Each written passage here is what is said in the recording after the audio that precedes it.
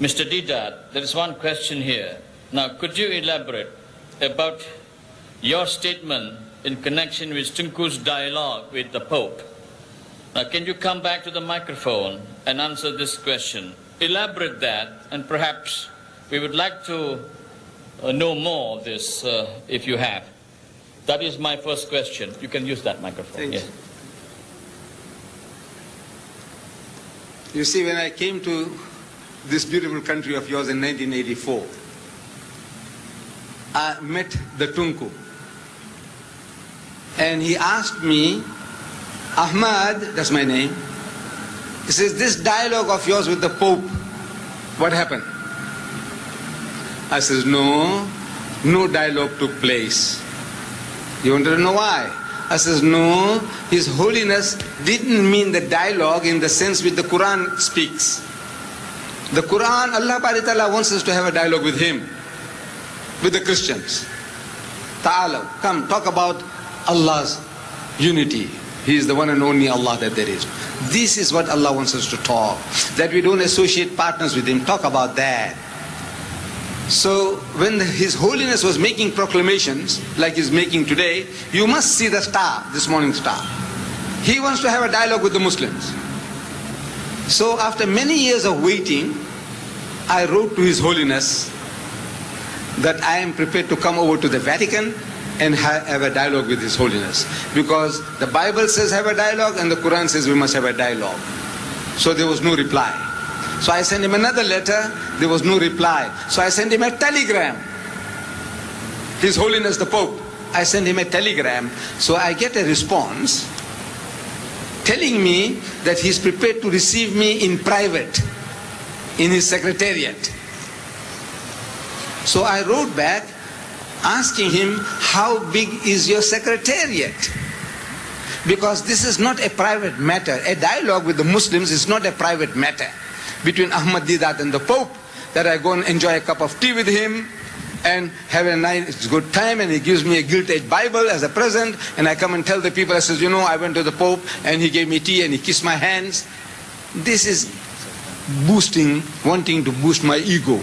What a great guy I am. I said, no, this is not a private matter. The whole Muslim world wants to know, the Christian world wants to know, what are you people talking? So how big is your secretariat? Because 3 plane loads of Muslims are coming from South Africa alone. Youth from Durban, Johannesburg and Cape Town, and from the Middle East, and from the UK. How big is your secretariat? No answer. Again, no answer. Actually, he didn't mean that dialogue. He is telling his people, go and preach to the Muslims. Go and convert them. But he doesn't use the word convert because you're going to react. So the best way is talk about a dialogue. This morning's paper, dialogue. I go to Birmingham delivering a lecture. And in that lecture, I meet Dr. Abdullah Nasif of the Rabita. So he's asking me, Ahmad, what happened about your dialogue with the Pope? So I told him, I says, you know, this was just a hoax.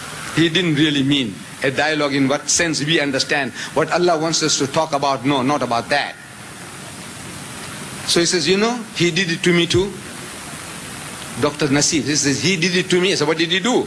He said, he called me for a dialogue and I went. You know, simple people, he said, and I went. And he goes.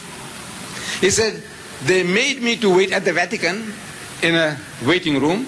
After 10 minutes into another higher grade waiting room, after another 10 minutes still higher grade waiting room, and in comes His Holiness, embraces him, kisses his hand. Fantastic, fantastic gentleman. Say, are you from Egypt?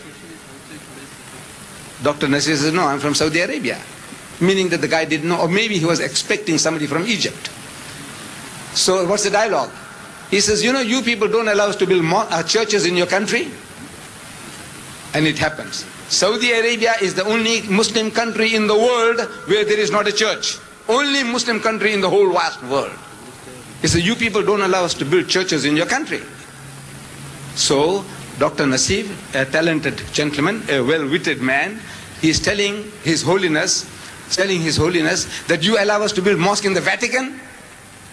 He says, no, I don't mean Makkah and Medina, but in the rest of the country.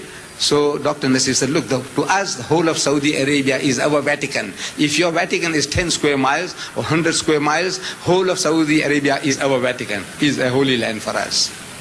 Then when I come to your country here, Tunku Abdurrahman,